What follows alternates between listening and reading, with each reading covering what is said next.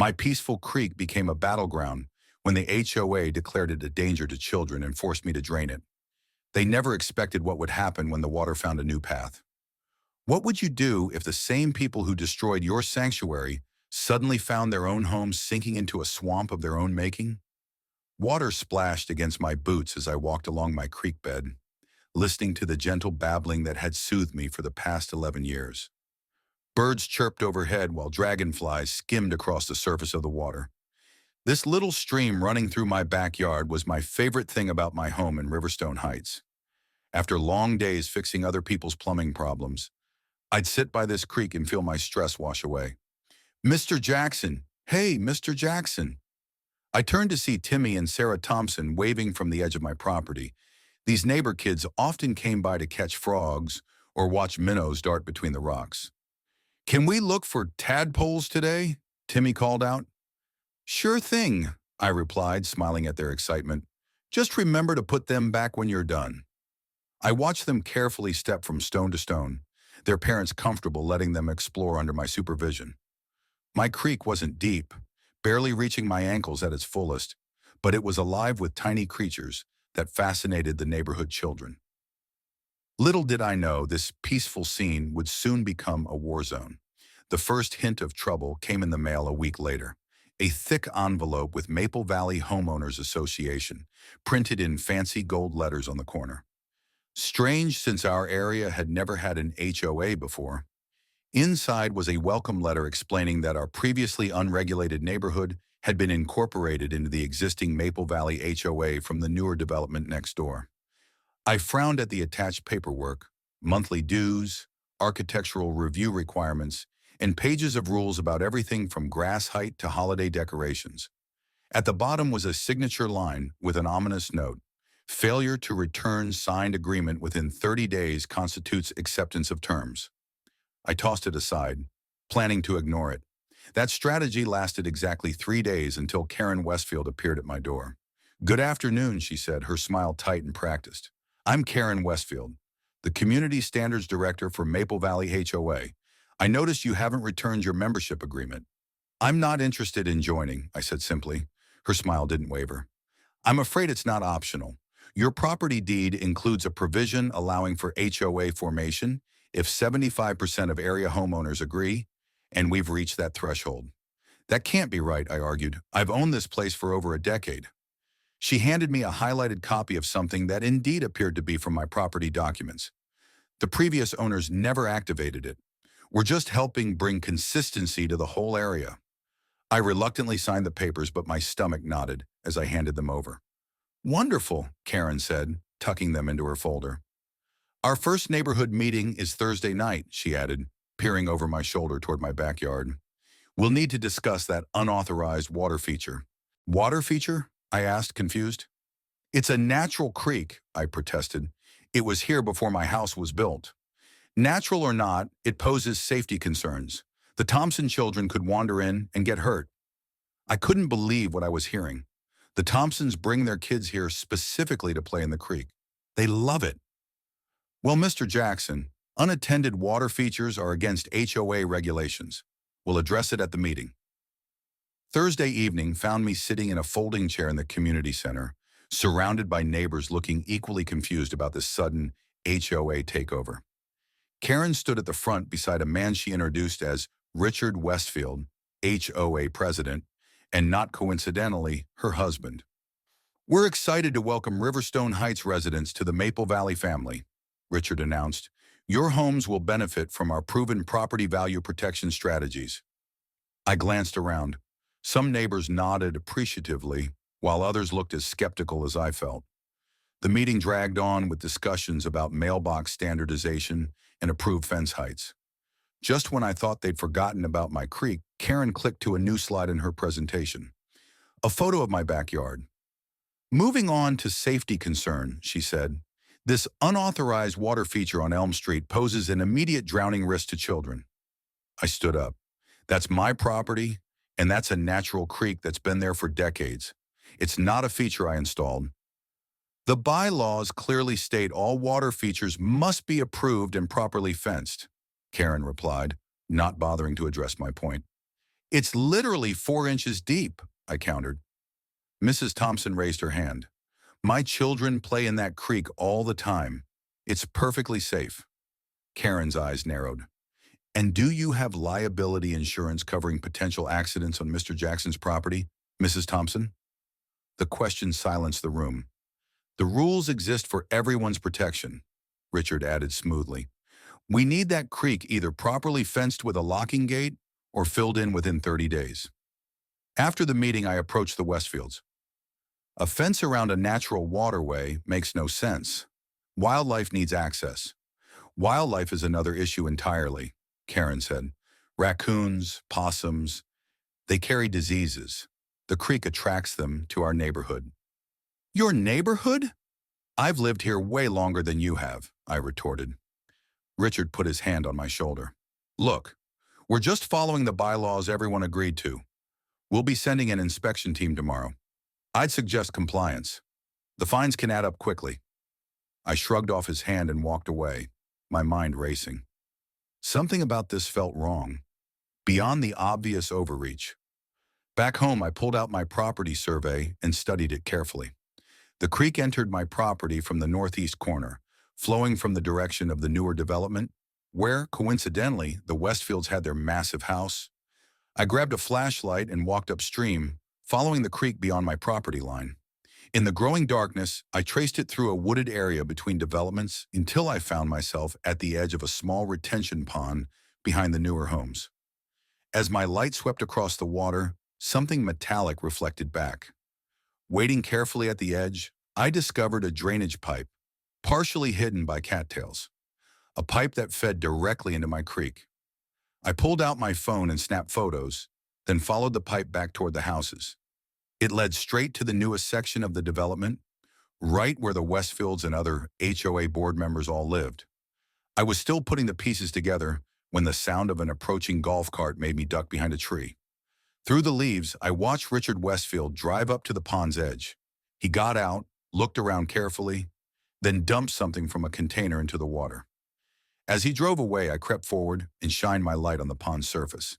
Dead fish floated, belly up, where he had poured whatever was in that container. My phone buzzed with a text from Ain Wong, my neighbor. Check your email. HOA just sent a violation notice. $500 fine for unapproved water feature.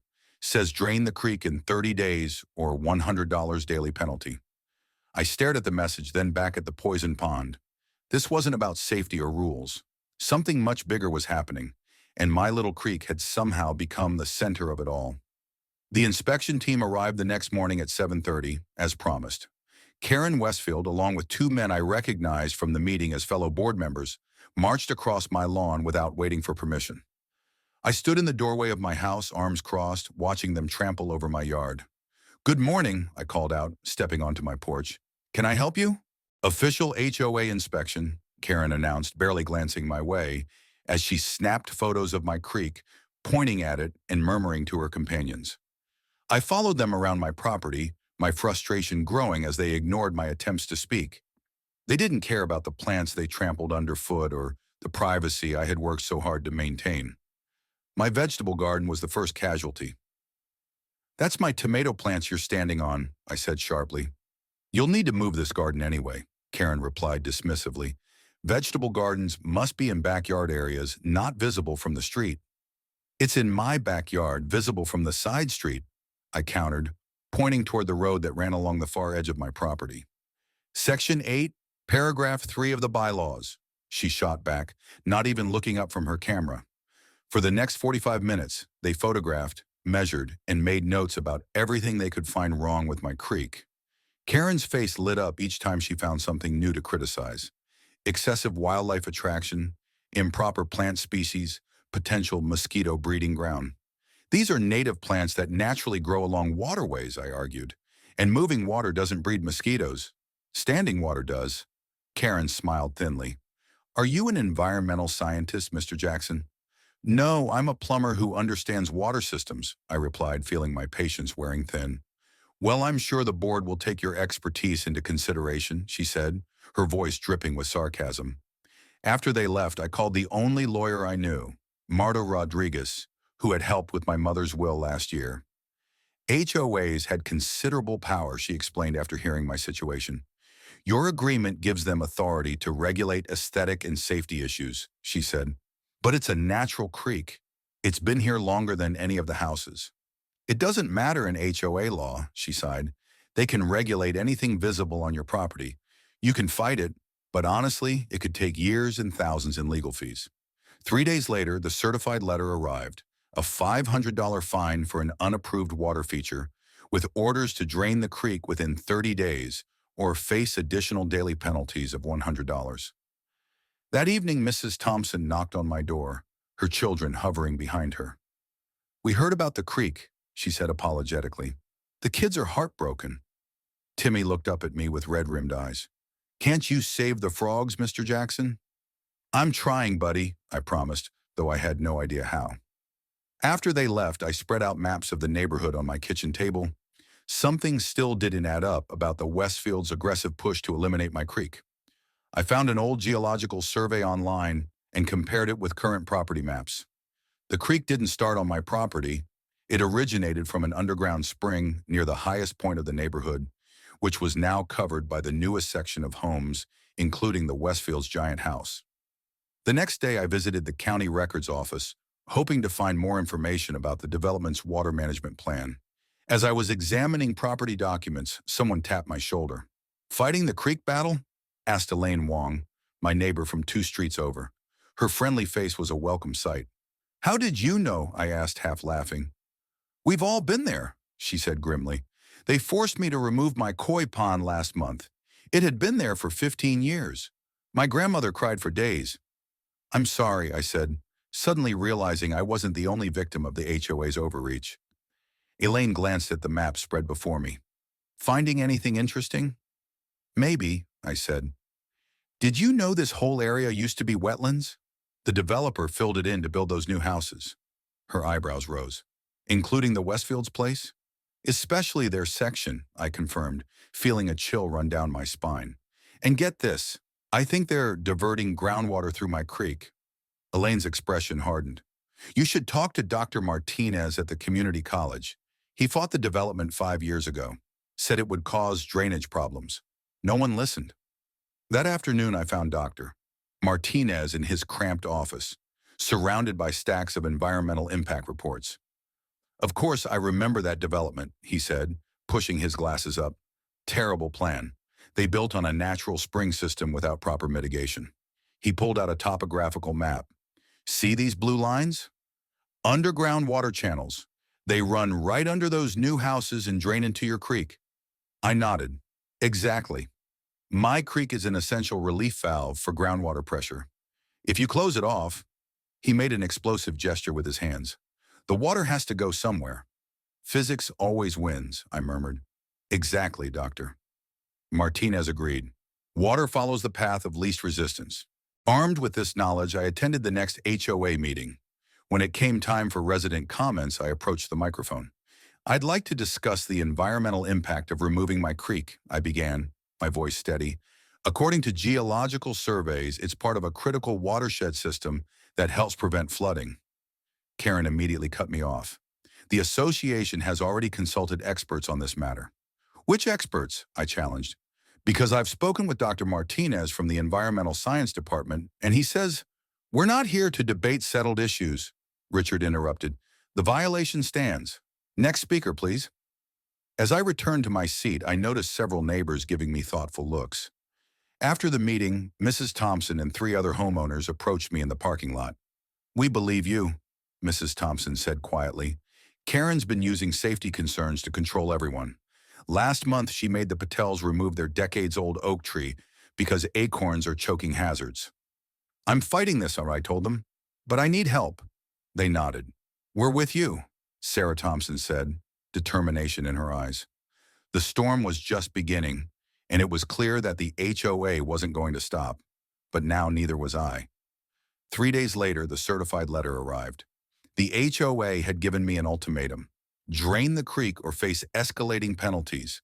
$500 for the unapproved water feature and $100 for every day I failed to comply.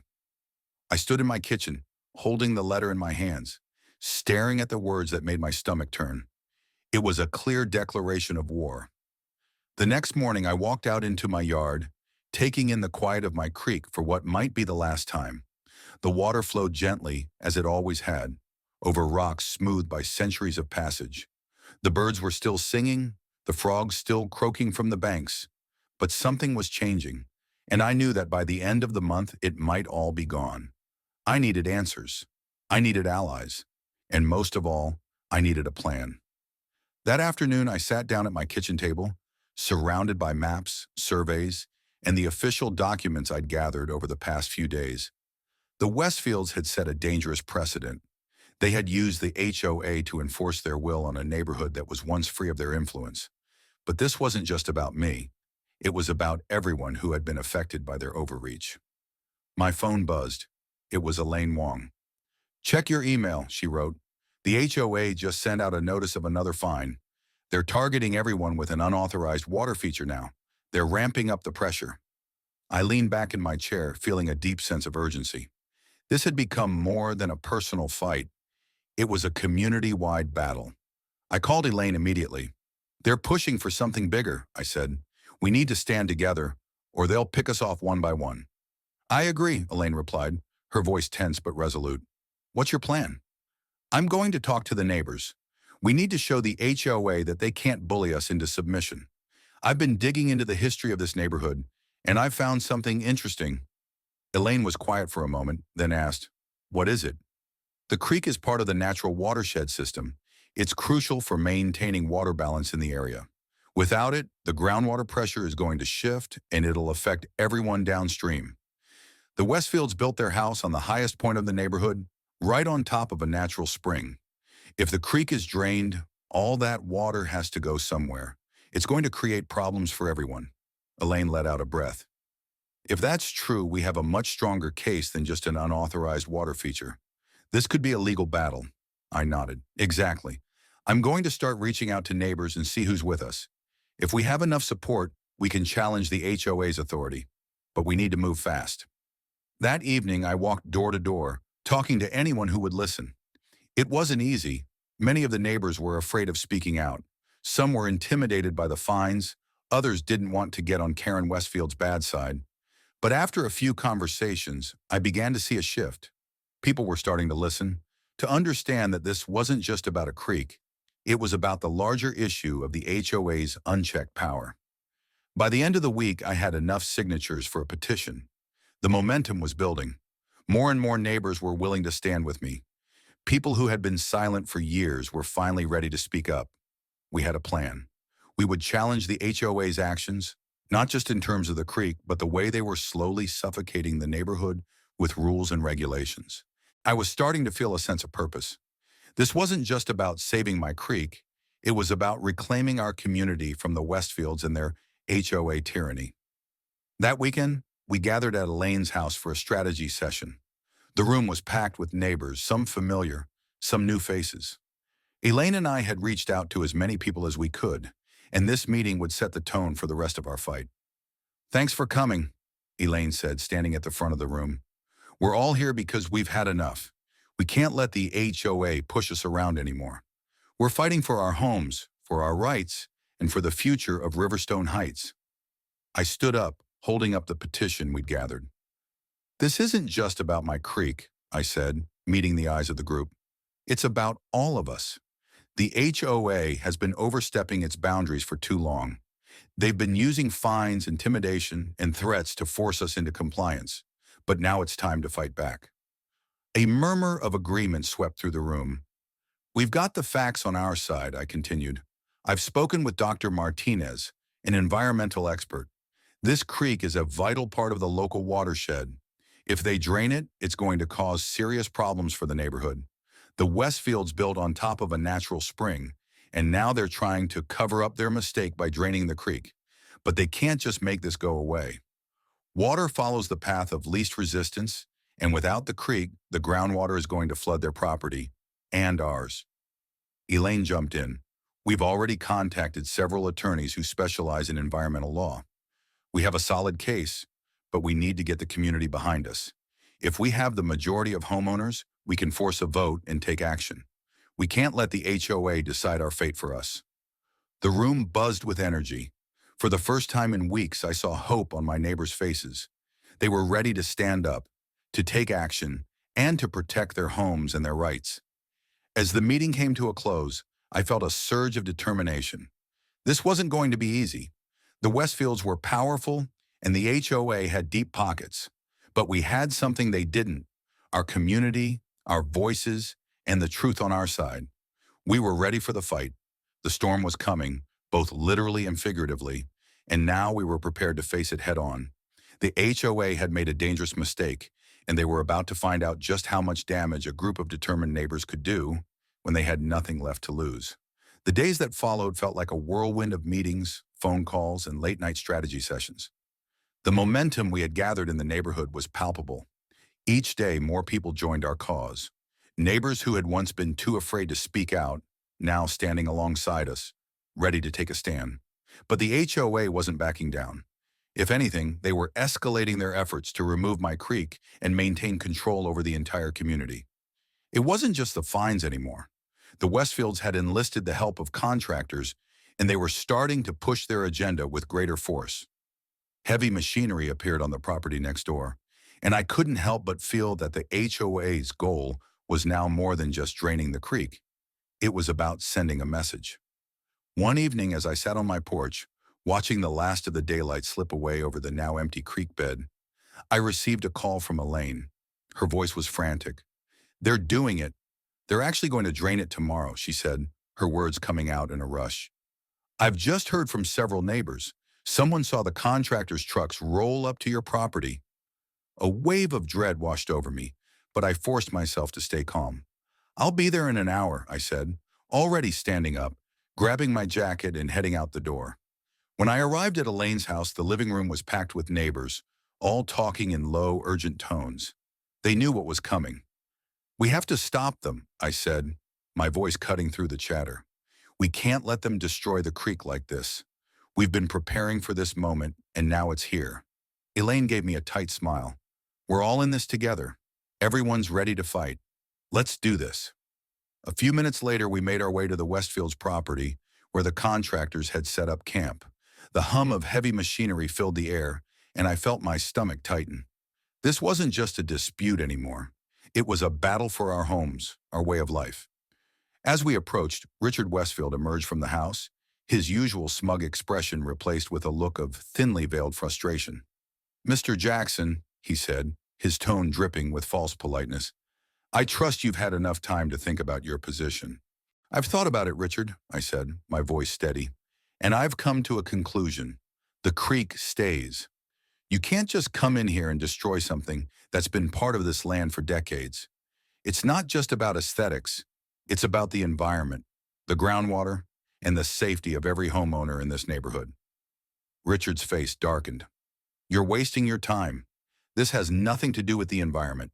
This is about safety, about protecting the community from potential risks.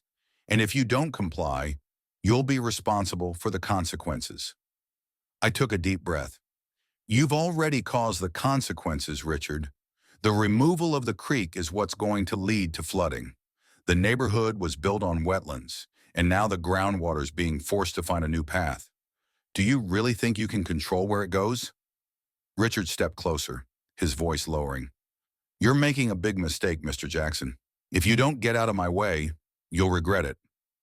Before I could respond, I saw the contractors begin moving towards the creek bed, tools in hand. The moment had arrived, but just as I was about to step forward, something unexpected happened. Neighbors, dozens of them, began pouring out of their homes. People who had stayed silent, afraid of retribution from the HOA, now stood at the edge of the property. They didn't speak. They just stood there, united. Their presence was enough to send a clear message. We weren't backing down. I turned to Elaine, who stood beside me, her face determined. "It's time," she whispered. We walked together toward the contractors, the crowd behind us, and for the first time in weeks, I felt a flicker of hope. We had the numbers, we had the community's support, and we were prepared to fight. Richard saw the growing group, and his face twisted with frustration. "This is your last chance, Jackson," he said, his eyes narrowing. "If you want to keep your creek, you'll have to answer for it." I'm not the one who's going to answer for it, I said, meeting his gaze. You will. You're the ones who've ignored the warnings, who forced people to uproot their homes and lives.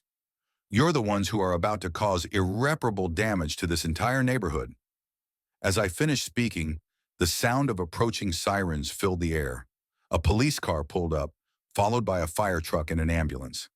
I glanced at Elaine, whose face had gone pale. "What the hell is this?" she whispered. Richard seemed to hesitate for a moment before stepping forward, trying to assert some control. "This is a private matter," he said, his voice shaky. "This is none of the city's concern." The officer, a no-nonsense woman with short-cropped hair, stepped out of the patrol car and immediately approached. "Actually, it is our concern," she said, her voice authoritative. "We've received multiple complaints about unsafe environmental practices and unauthorized construction. I'm going to need you to halt all operations until we get to the bottom of this." Richard's face flushed with anger, but he didn't argue. The contractor stood still, unsure of what to do next. "I'll be conducting an inspection," the officer continued, pulling out a clipboard, "and I'll be in touch with the city's environmental department. No one is going anywhere until this matter is resolved." It was a small victory, but it was enough to send the message. The HOA's plan to remove my creek had hit a major roadblock. As the officers began speaking with Richard and the contractors, the neighbors who had gathered around me started to cheer, their voices rising in unison. For the first time in a long while, I felt like we were on the winning side. Elaine turned to me with a smile. "Looks like the tide is turning." "I don't think the Westfields saw this coming," I said, watching as Richard exchanged heated words with the officer. "It's not over yet," Elaine replied, "but we've got the momentum, and we're not stopping until we win." The battle for Riverstone Heights had just begun, and we were ready to take it all the way. The next few days were a blur of tension and relief as we all waited for the fallout from the confrontation at the Westfields property. The police officer, a no-nonsense woman named Officer Harris, had halted the contractors and told them to stand down until a full environmental inspection could be conducted. I'd barely had time to process the victory when a flurry of emails, text messages, and phone calls flooded in. Elaine and I spent hours on the phone with neighbors, confirming that the city's environmental department had agreed to review the situation and that a formal investigation was underway. Richard Westfield and the other members of the HOA board had to be beside themselves. The carefully crafted narrative they'd been using to justify draining the creek, the safety hazard and the dangerous water feature, was unraveling fast. The community was no longer passive. We were pushing back. The HOA, desperate to maintain control, had gone silent for the moment. They had to regroup, but I knew it wouldn't be long before they retaliated. A few days after the inspection, I found myself standing by the creek again, the spot where it had once flowed freely. The water had been diverted temporarily, but the land felt wrong. The delicate balance that had once existed between the creek, the wildlife, and the plants was now disrupted, and I could feel it in the air. This land was still healing from the invasive actions of the Westfields, and they had no idea how badly they'd altered the natural order of things. As I sat on a large rock near the creek's edge, trying to find some peace, my phone buzzed. It was a message from Ain Wong, one of my more outspoken neighbors. "We need to talk," the message read. "There's something you need to know." I dialed her number, eager to hear what she had discovered. "What's going on?" I asked as soon as she picked up. "It's the zoning," she said, her voice low and filled with urgency. "I did some digging, and I found something troubling." "What do you mean? What have you found?" Ain hesitated for a moment before continuing. "The Westfield, specifically Richard, have been pushing through zoning changes for years, all under the radar. I found records that show they've been buying up properties near the creek. More importantly, they've been working with the HOA to get approval for construction projects that require them to redirect water away from their properties." My stomach churned. "Are you saying they planned this all along?" "Exactly," Ain replied.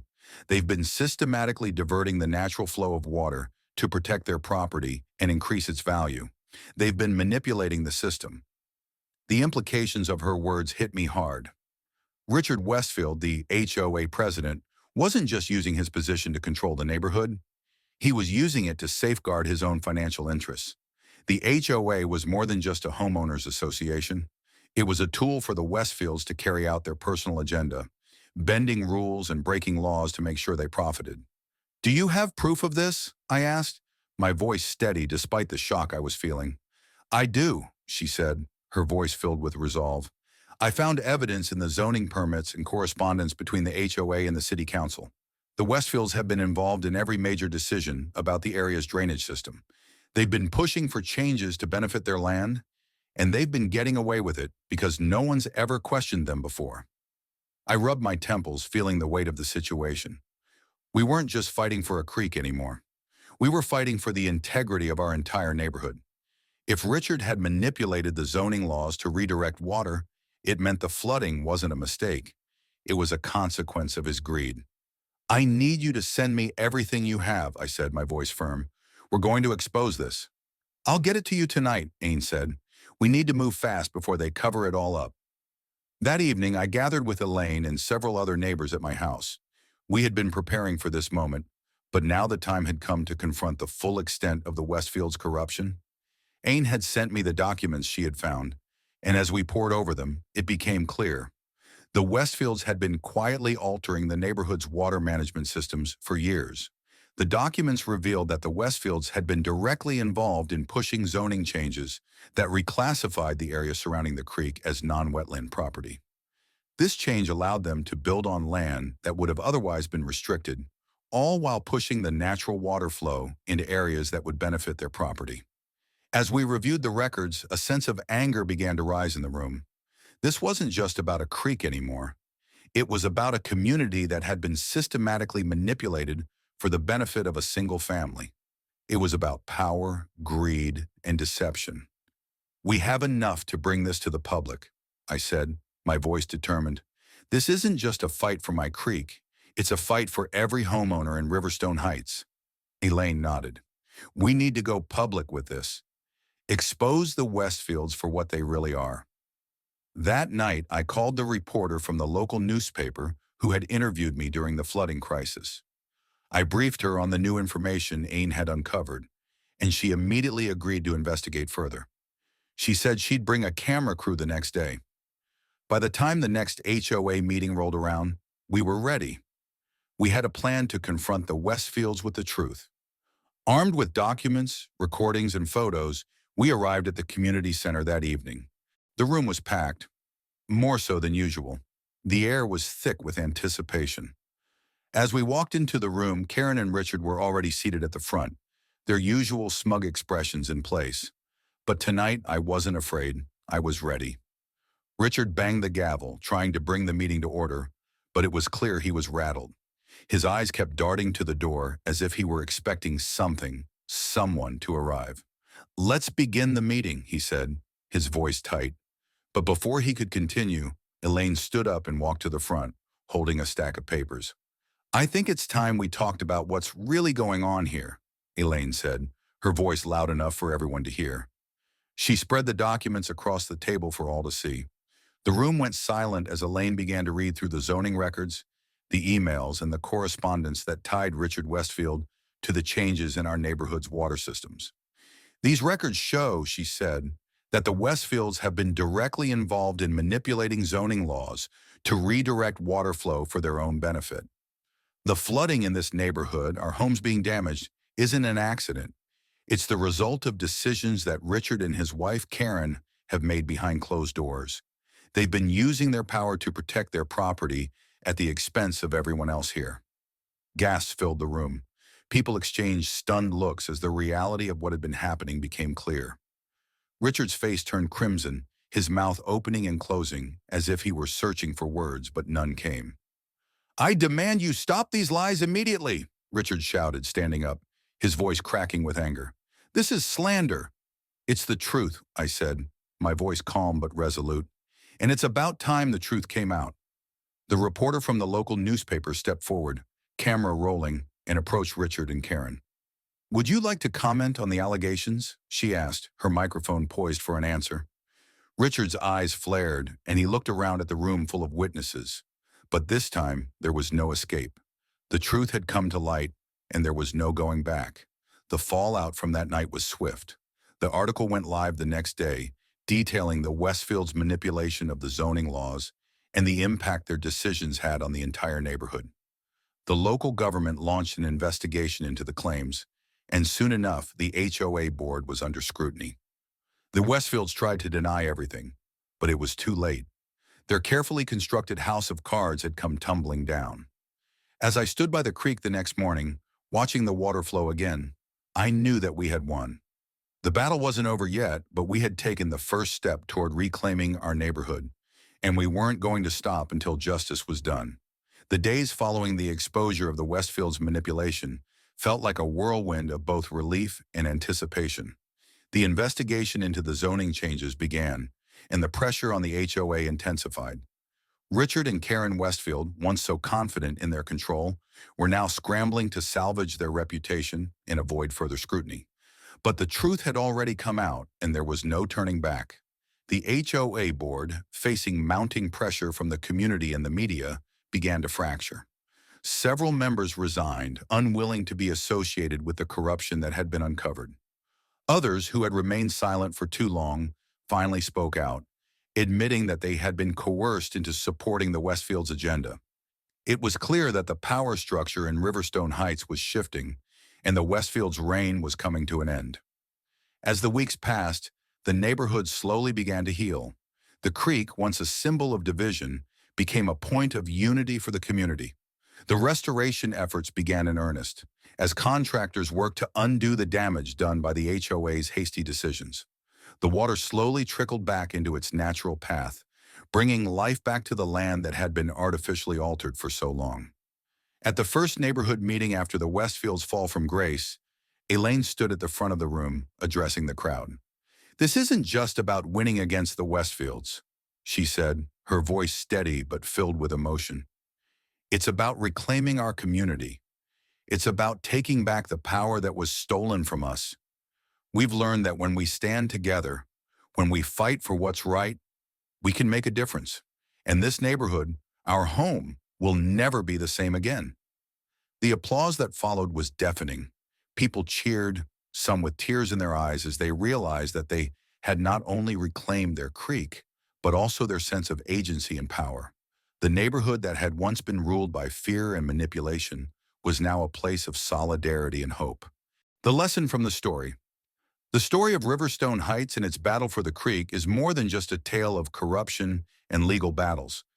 It's a story about community, resilience, and the importance of standing up for what's right. There are several key lessons that emerge from this struggle. Power lies in unity. The Westfields were able to exploit their power because they isolated people, divided the community, and used fear to maintain control. But when the residents of Riverstone Heights united, they were able to expose the truth and fight back. Unity is the greatest strength of a community. It's what allows individuals to rise above personal fears and take collective action. The importance of knowledge and action. The residents, led by the protagonist, didn't just passively accept the HOA's demands. They educated themselves about zoning laws, environmental impacts, and the history of the land. They used this knowledge to confront the HOA with hard evidence. Knowledge is power, and taking informed action can make all the difference in any fight for justice. Accountability. The Westfields thought they could control the neighborhood indefinitely, but their manipulation of the zoning laws and water systems was ultimately their undoing. The story shows that no one, no matter how powerful, can escape accountability forever. Actions have consequences, and when corruption is exposed, it is often only a matter of time before the truth prevails. Respect for nature. The creek was more than just a waterway. It was a living ecosystem that supported wildlife, plants, and the neighborhood's environmental balance. The HOA's decision to drain the creek was a disregard for nature's power and importance. The story serves as a reminder of the need to respect natural systems, as they have a far-reaching impact on the environment and human communities. The power of one voice. It was the courage of individuals like the protagonists, Elaine, Ain, and the neighbors who stood up to the Westfields that changed the course of the story. One person speaking out can spark a larger movement, But when many voices join together, the impact is unstoppable. Never underestimate the power of your own voice. Fighting for what's right. At the heart of the story is a fight for what is just, a fight for the integrity of a community, the preservation of natural resources, and the protection of the rights of individuals. It shows that, no matter how daunting the challenge may seem, standing up for what's right is always worth it, even if the battle takes longer than expected. In the end, Riverstone Heights became a stronger, more united community. The HOA, in its attempt to control and manipulate, had inadvertently sparked a movement that would forever change the dynamics of the neighborhood. The Westfields were forced to sell their home at a loss, their reputation in tatters. The creek, once threatened with destruction, flowed freely again, a symbol of resilience and community triumph. And as I sat by the creek, watching the water flow, I couldn't help but smile. The battle had been long and hard, but it had been worth it. We had learned the most important lesson of all. The power of a community united in the face of injustice is unstoppable. The creek wasn't just a water feature, it was a reminder that sometimes the natural course of things must be allowed to flow.